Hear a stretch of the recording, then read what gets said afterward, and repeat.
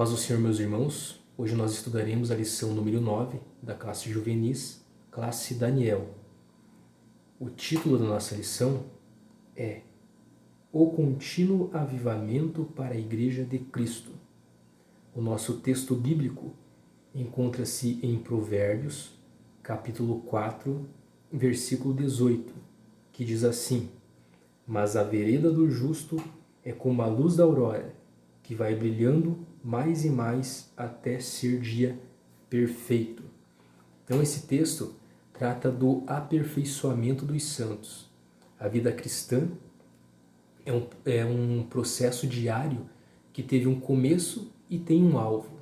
Em Efésios, no capítulo 4, versículo 11 até o 13, diz: E ele mesmo deu uns para apóstolos, e outros para profetas, e outros para evangelistas, e outros para pastores e doutores, querendo o aperfeiçoamento dos santos para a obra do ministério, para a edificação do corpo de Cristo, até que todos cheguemos à unidade da fé e ao conhecimento do Filho de Deus, ao homem perfeito, à medida da estatura completa de Cristo.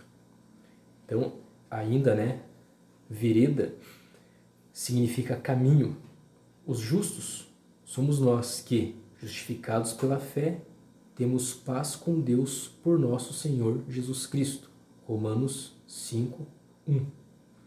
Luz da aurora é a claridade visível no céu antes do sol nascer, e dia perfeito, entre as 11 e as 13 horas, é a parte mais clara do dia. Então aqui diz respeito à caminhada do justo rumo ao céu. Jesus disse: Eu sou o caminho, a verdade e a vida. Ninguém vem ao Pai senão por mim. João 14,16. Então, devemos nos livrar de tudo que nos atrapalha e correr com perseverança a corrida que nos é proposta, tendo os olhos fitos em Jesus, autor e consumador da nossa fé. Hebreus capítulo 12, do 1 ao 2. Então, perseverar nesse caminho rumo ao céu, a encontrar com o Senhor nos ares, e assim estaremos sempre com o Senhor.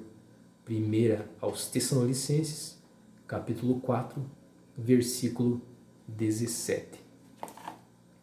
Então, a nossa leitura bíblica em classe encontra-se em Romanos, capítulo 12, do versículo 1 até o 8, que diz assim: Rogo-vos, pois, irmãos, pela compaixão de Deus, que apresenteis o vosso corpo em sacrifício vivo, santo e agradável a Deus, que é o nosso culto racional.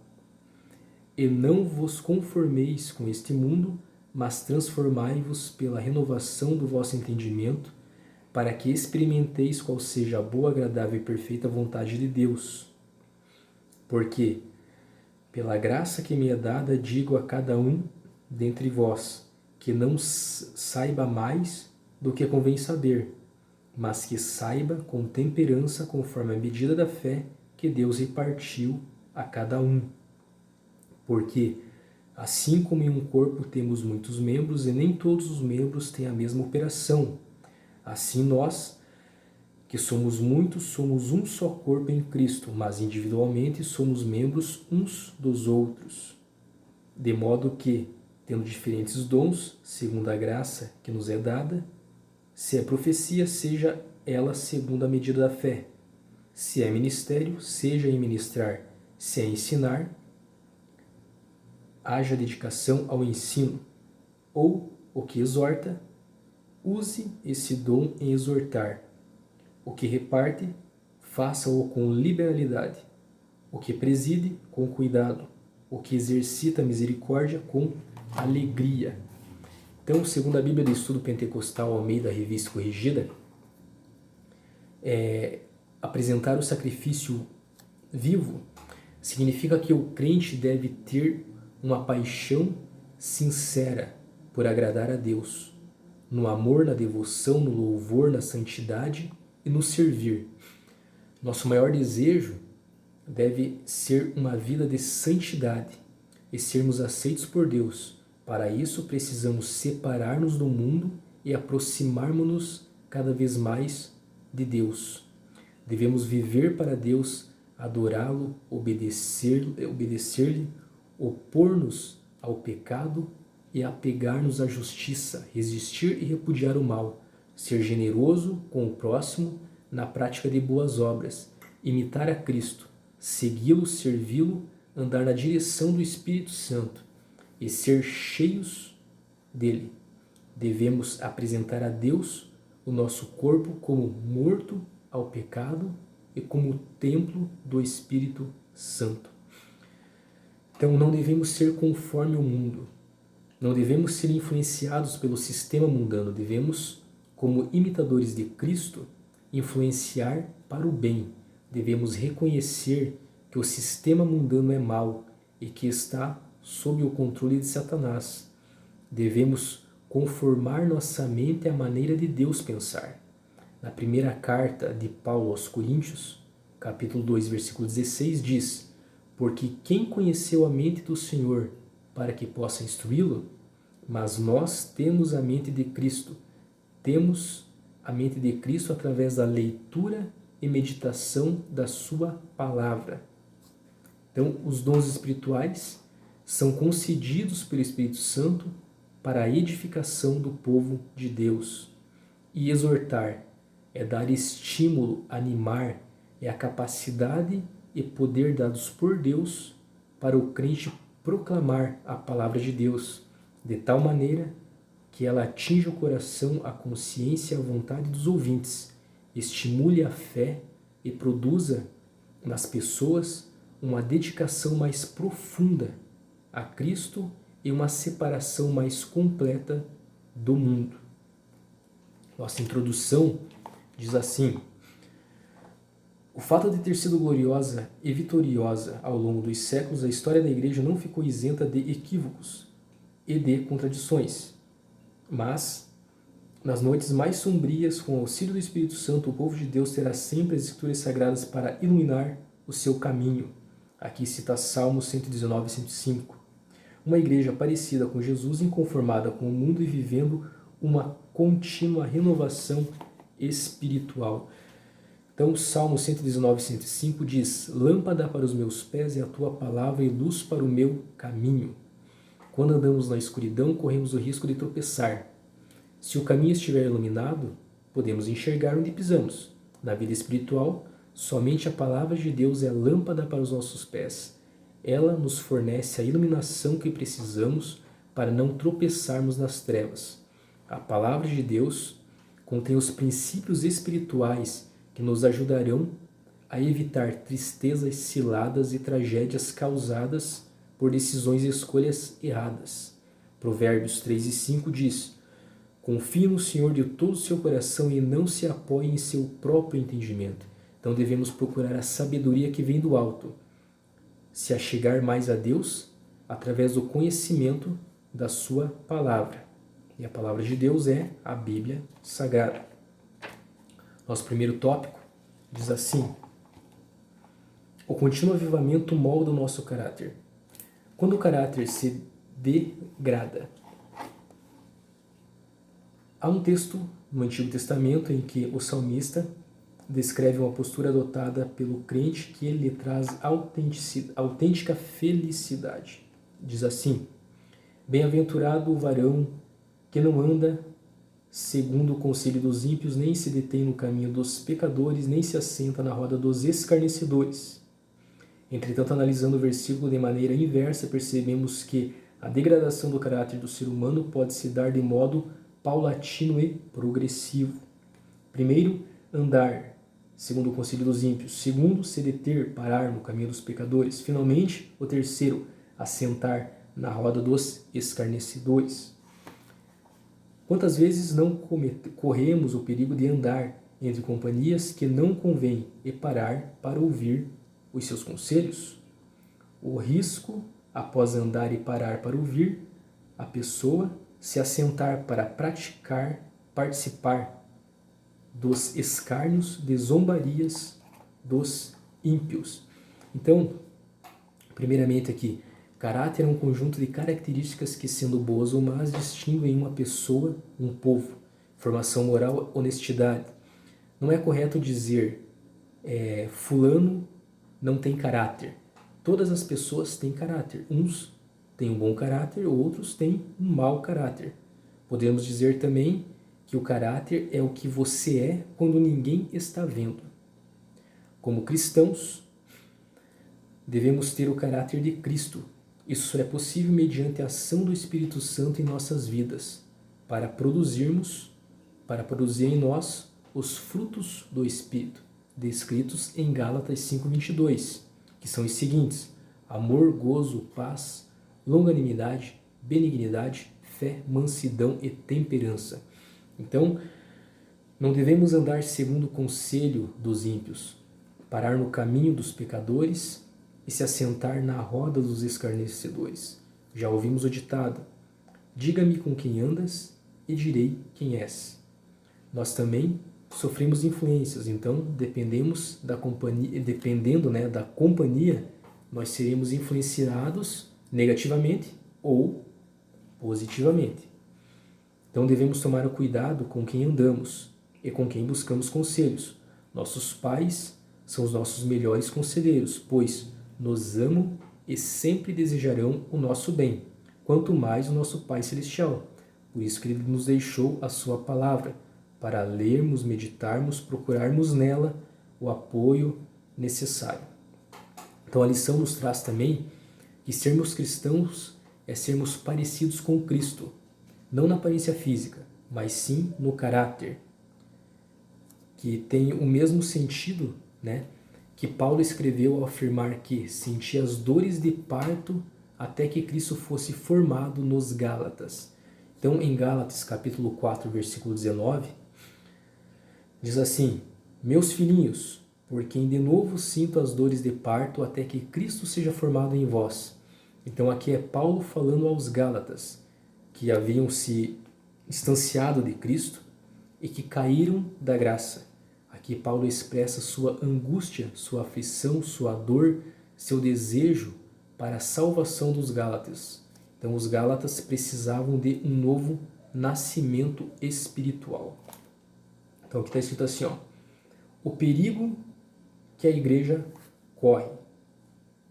Historicamente, como instituição, a igreja iniciou sua caminhada no dia de Pentecostes, quando os crentes foram cheios do Espírito Santo e faziam a diferença por onde passavam, por Jerusalém, Samaria e confins da terra. Atos 1:8. Eram testemunhas da mensagem de Jesus Cristo, verdadeiras cartas abertas e lidas por todos os homens, segundo aos Coríntios, capítulo 3, versículo 3.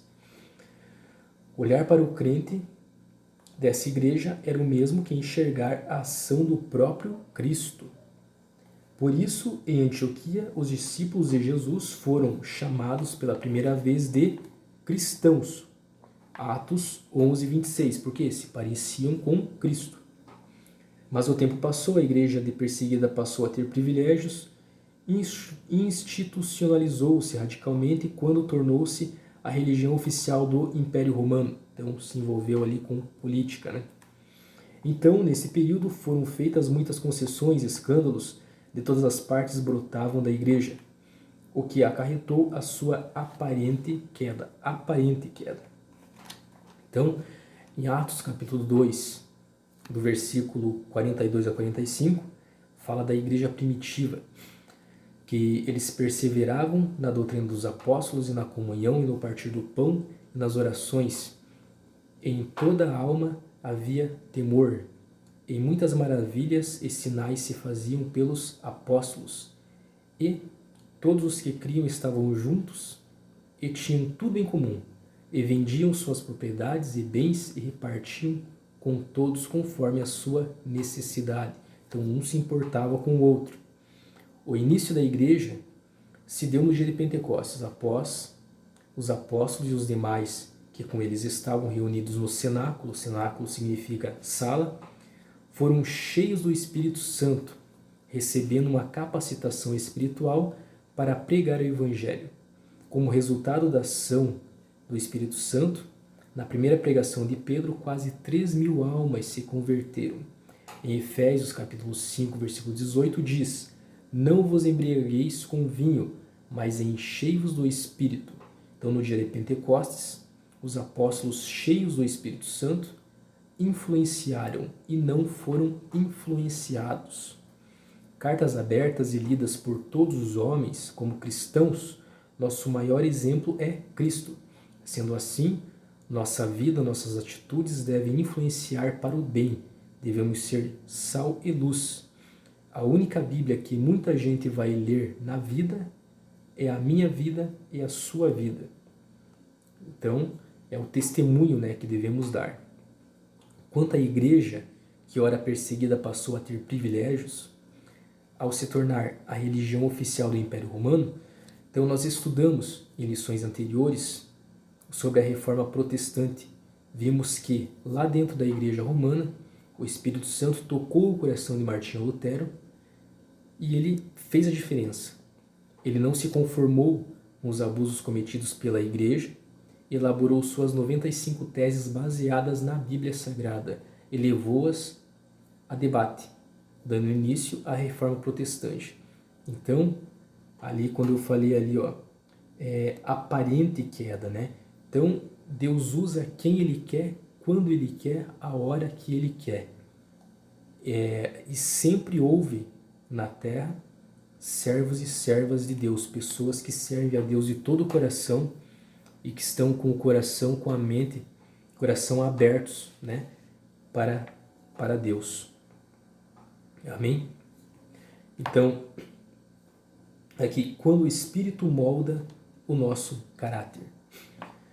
Entretanto, a promessa de Cristo paira sobre a igreja. As portas do inferno não prevalecerão contra ela. Mateus 16, 18. Ao longo da história, vemos que o Espírito Santo sempre atuou de maneira a preservar a igreja de Cristo dos tempos tenebrosos. Por isso, os sucessivos movimentos de avivamento e reforma sempre estiveram presentes na história do povo de Deus. Os santos apóstolos tinham plena consciência dos perigos que a igreja corria, por isso gemiam como quem tem dores de parto ao clamar por ela. Quando ocorre o verdadeiro avivamento, Jesus Cristo passa outra vez a ter a honra na igreja, pois é importante que ele cresça e que o ser humano diminua. João capítulo 3, versículo 30. A nossa vontade fica em segundo plano, pois o que importa é fazer a vontade do nosso Salvador. Qual vontade tem prevalecido em sua vida? A de Cristo ou a sua? Aqui fica uma reflexão para nós. Então, embora, como vimos no subtópico anterior, que a igreja de perseguida passou a ter privilégios, que surgiram escândalos e que acarretou sua aparente queda, a palavra de Deus ela é verdadeira. Jesus disse, o que está registrado em Mateus 16, 18, que as portas do inferno não prevaleceriam contra a igreja. E em todo o tempo, Deus levanta pessoas para fazer a diferença, para que o nome de Deus seja glorificado. Então, se a lição fala de verdadeiro avivamento, é porque existe o falso avivamento. Então, devemos tomar cuidado e, através da ação do Espírito Santo em nossas vidas, podermos discernir, diferenciar o que é entretenimento do que é avivamento. Subtópico, o tópico 2, segundo tópico. Contínuo avivamento torna-nos inconformados com o mundo. Pensando de maneira correta. Em Romanos 12, do 1 ao 8, nos deparamos com a preocupação apostólica em oferecer orientações práticas para a igreja. Ao longo da própria carta do apóstolo Paulo aos Romanos, é possível perceber que, para os cristãos, há uma maneira correta de pensar e refletir acerca de tudo o que emana das Escrituras Sagradas. Essa maneira correta de crer é chamada de ortodoxia, doutrina correta. Entretanto, a doutrina verdadeira não pode ficar somente na teoria, ela precisa se tornar ortopraxia, prática correta. O desafio que você tem no mundo é o de pensar corretamente de acordo com as Escrituras e agir segundo a palavra de Deus. Entretanto, esse processo fará você confrontar-se com o mundo. Então aqui, cosmovisão é basicamente a forma como nós enxergamos a realidade, o mundo, as pessoas e a sociedade. Logo, a cosmovisão cristã é enxergar o mundo com os olhos de Cristo. No mundo jaz o maligno. Quem teve um encontro pessoal com Cristo vai ver o mundo conforme Cristo, que haja em vós o mesmo sentimento que houve em Cristo. Em Filipenses, capítulo 4, versículo 8, diz o que deve ocupar o nosso pensamento. Diz assim, tudo que é honesto, tudo que é justo, tudo que é puro, tudo que é amável, tudo que é de boa fama, se há alguma virtude e se há algum louvor, nisso pensai. Salmos 1 e 2 diz: antes tem o seu prazer na lei do Senhor, e na sua lei medita de dia e de noite. Então, Jesus, quando foi tentado no deserto, pelo diabo, ele venceu pelo poder da palavra, ele venceu usando a palavra, usando a espada do Espírito. Então ele sempre respondia: está escrito. Então devemos conhecer e pôr em prática a palavra de Deus. A dimensão prática da doutrina. Em seu comentário bíblico no Novo Testamento, Matthew Henry afirma que interpretaríamos mal a doutrina cristã se a considerarmos apenas um sistema de ideias ou um guia para especulação. Ora, a verdadeira doutrina é prática e aponta para a reta ordenação da convivência. Foi nesse sentido que Jesus Cristo disse ao concluir o Sermão do Monte: todo aquele, pois, que escuta essas minhas palavras e as pratica, assemelhar-lhe-ei ao homem prudente que edificou a sua casa sobre a rocha. Mateus 7:24. No mundo de hoje, principalmente no convívio com os seus colegas, não adianta muita coisa apenas afirmar a sua fé. É preciso viver o que você afirma como verdade de fé. O verdadeiro avivamento nos capacita a praticar o que Jesus nos ensinou. Então devemos não somente conhecer, mas colocar em prática a palavra de Deus. Em Mateus 7:24, do 24 até o 27, fala dos dois alicerces. Quem escuta e pratica é prudente, pois edificou sua casa sobre a rocha. Aí vem o vento e a chuva, pode vir o vento e a chuva, mas não derruba a casa. Logo, quem escuta e não pratica é insensato, não é são, é anormal, pois edificou a casa sobre a areia. Aí o vento e a chuva vieram e a casa caiu.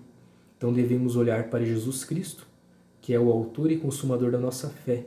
Devemos estar alicerçados, firmes na sua palavra, para resistirmos às tempestades.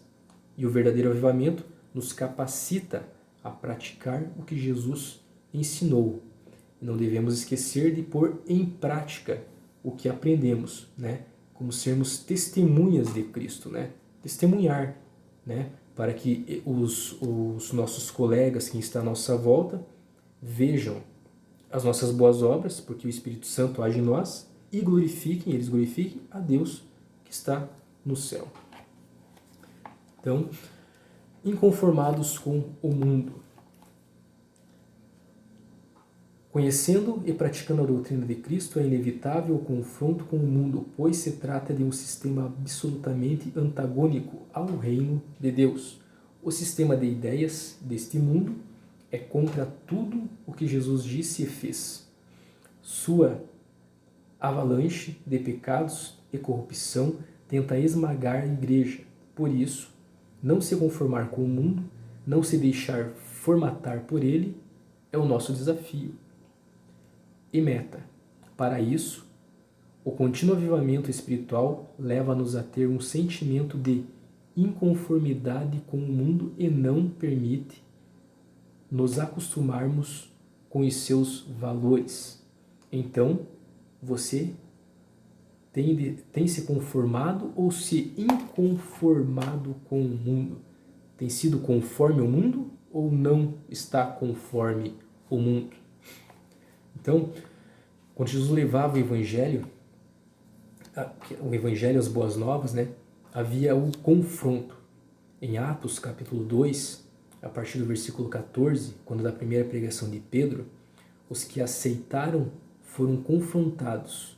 No versículo 37 diz que se arrependeram, compungiram-se em seus corações e perguntaram a Pedro o que deveriam fazer. Ao que Pedro responde: arrependei-vos e cada um de vós seja batizado em nome de Jesus Cristo, para perdão dos pecados, e recebereis o dom do Espírito Santo. Então a lição nos traz a necessidade de haver um renovo espiritual para oxigenar a nossa fé. Então aqui então aqui o tópico 3 diz assim: o contínuo avivamento é um tempo de renovação, mas também de discernimento espiritual. Um tempo marcado por Deus. Um dos sinais que revelam uma verdadeira e graciosa renovação espiritual, confirmando a autenticidade do avivamento, é o modo espiritual sobrenatural e divino que a maravilhosa experiência revela. Não se trata de um evento agendado, planejado, nem manipulado emocionalmente por pessoas, mas a disposição sincera de esperar em Deus, orando com fervor e persistência. Atos 1, 14, 2 e 1. Nos preparando para chegar o tempo de renovação e avivamento espiritual. Contudo, a palavra de Deus mostra que tanto o querer quanto efetuar vem de Deus. Filipenses, capítulo 2, versículo 13. Por isso, precisamos estar atentos para não denominar todo e qualquer movimento de avivamento. Então aqui cita Atos 1:14, que relata que todos perseveravam unânimes em oração. Em Atos 2:1 diz que estavam todos concordemente no mesmo lugar, estavam unidos, aguardando a descida do Espírito Santo. Então Deus trabalha na união. O que cabe a nós é orar, buscar e aguardar o agir de Deus, porque tanto querer quanto efetuar vem de Deus. Filipenses 2:13. E aqui diz também para não denominar todo movimento de avivamento. Então, não é, às vezes assim, não é todos que estão na igreja que estão chorando, por exemplo, ao ocorrer um avivamento, né? Não quer dizer também que, por exemplo, pode ocorrer um avivamento e a pessoa chorar e se arrepender, mas não é todo aquele movimento que se trata de um avivamento. Às vezes pode ser também uma emoção momentânea, que não é um avivamento genuíno. Então aqui vamos para o subtópico 3.2. Um tempo de discernimento espiritual. O pastor Cláudio Honor de Andrade, em sua obra Fundamentos Bíblicos de um Autêntico Avivamento, editado pela CPAD, no capítulo intitulado O Avivamento não é meramente místico, é acima de tudo espiritual, página 153 desse livro, né? Afirma que é preciso cuidado e discernimento, pois muitos movimentos tidos como espirituais são desprovidos de sólidas bases bíblicas. Aí que está o perigo. O resultado disso: crescem como joio em meio ao trigo. Mateus 13:25, produzindo muitos falsos ensinamentos, que mais se parecem com doutrinas de demônios. 1 Timóteo 4:1. Então, em Mateus 13:25, temos a parábola do trigo e do joio. Jesus utilizava parábolas para explicar as coisas complexas, né, de forma simples, para que todos pudessem entender. Então, nessa parábola, temos o campo, que é o mundo, a boa semente, que são os fiéis do reino, e a má semente, né, que são os que se opõem à verdade divina. Todos, a Bíblia diz, né, que ali naquela parábola, que todos vão crescer juntos até o dia da colheita, até o dia em que Jesus voltar. Naquele dia, ele dirá: colhei primeiro o joio para os queimar, mas o trigo traga para o meu celeiro. Que palavra forte é esta, né?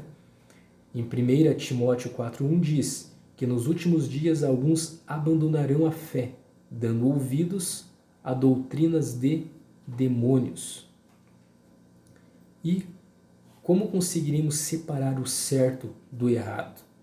Através do conhecimento da palavra de Deus. Deus se revela a nós através da sua palavra. A Bíblia, ela é atual, não precisa ser atualizada.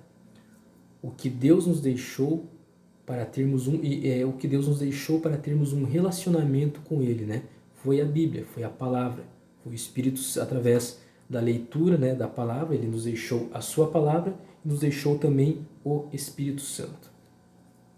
Jesus nos ensina a ter cuidado e reconhecer os falsos profetas em Mateus 7:20, que diz assim que pelo fruto nós os conheceremos. Então, partindo para o último subtópico, que é o 3.3. Estejamos, pois, em alerta. O autor continua sua reflexão perguntando o que se quer dizer com dentes de ouro, cair do espírito, unção do riso e os movimentos que tendem a colocar preço nas bênçãos do Senhor, como a famigerada teologia da prosperidade, da confissão positiva, do triunfalismo, da maldição hereditária, da regressão psicológica. Páginas 155 e 156 desse livro, né, que está citando aqui. Alertando o povo de Deus, o pastor Cláudio Nor arremata: não vamos deixar que tais coisas nos tirem a força, o verdadeiro avivamento. Página 163. Portanto, discernindo o tempo e as coisas, que venhamos a desejar viver uma autêntica renovação espiritual. Deus quer isso para você e deseja o seu aperfeiçoamento, até que chegue o dia perfeito. Provérbios 4:18. Então, infelizmente, na época de Jesus já havia falsos profetas. Na época que vivemos, ainda há falsos profetas. Pessoas que deturpam a palavra de Deus em benefício próprio.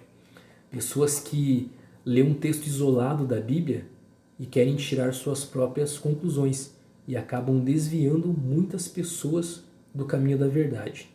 Pessoas que não têm o conhecimento da palavra, né? Eles desviam as pessoas que não têm o conhecimento da palavra. Certo? Então, note também em Lucas, no capítulo 4 em diante, que Jesus foi levado pelo Espírito ao deserto e 40 dias foi tentado pelo diabo. E o diabo utilizou a palavra, mas de forma distorcida. E Jesus venceu utilizando a palavra. Jesus respondia: está escrito, nem só de pão viverá o homem. Então tome muito cuidado com as pessoas que distorcem a palavra. Então elas usam a palavra, mas está escrito assim, assim, e se distorce, dão outro sentido. Elas lêem aquele texto isolado, mas não lê o contexto, né? Então que diz assim que texto sem contexto é pretexto para heresia. Então em Oséias 4:6 diz assim: o meu povo foi destruído porque lhe faltou conhecimento. Então quem não tem conhecimento da palavra é presa fácil para os falsos profetas. Nós somente saberemos discernir se tivermos o conhecimento da palavra de Deus. Pois a Bíblia, ela interpreta a Bíblia. Então nós devemos procurar conhecimento e interpretação de alguma passagem de Bíblia na própria Bíblia, né? Então Deus se revela para nós através da sua palavra. O que Deus quis se revelar para nós, Ele deixou para nós, que é a Bíblia Sagrada. O pouco que Deus se revela para nós na Bíblia Sagrada já é o suficiente para esgotar todo a nossa capacidade de entendimento. Então, para que nós vamos procurar coisas fora da Bíblia? Se o que Deus deixou para nós na Bíblia já é uma coisa que esgota a nossa capacidade de entendimento, né? O pouco que Ele se revela para nós já esgota a nossa capacidade de entendimento. Por que nós vamos procurar coisas fora da Bíblia? Nós temos que se ater ao que a Bíblia fala. Então, até onde a Bíblia vai, nós vamos. Aonde a Bíblia parou, nós também paramos. Então, a palavra de Deus, em 2 Pedro, capítulo 2, do versículo 20 ao 21, nos diz que nenhuma profecia da Escritura é de particular interpretação. Então, que a profecia nunca foi produzida por vontade de homem algum, mas que homens de Deus falaram inspirados pelo Espírito Santo. Partindo aqui para a nossa conclusão, está escrito assim: o crescimento numérico dos evangélicos no Brasil nas últimas décadas é inegável. Não podemos negar que, de alguma forma, Deus está agindo. Porém, também não podemos fechar os olhos para os muitos problemas que afrontam o Deus da igreja. É hora de clamarmos a Deus por um autêntico avivamento em nossas vidas. Um avivamento que nos faça ser mais parecidos com Jesus, rejeitando as ideias do mundo, mas experimentando o doce mover do Espírito Santo. Amém? Deus abençoe a cada um de vocês e até a próxima.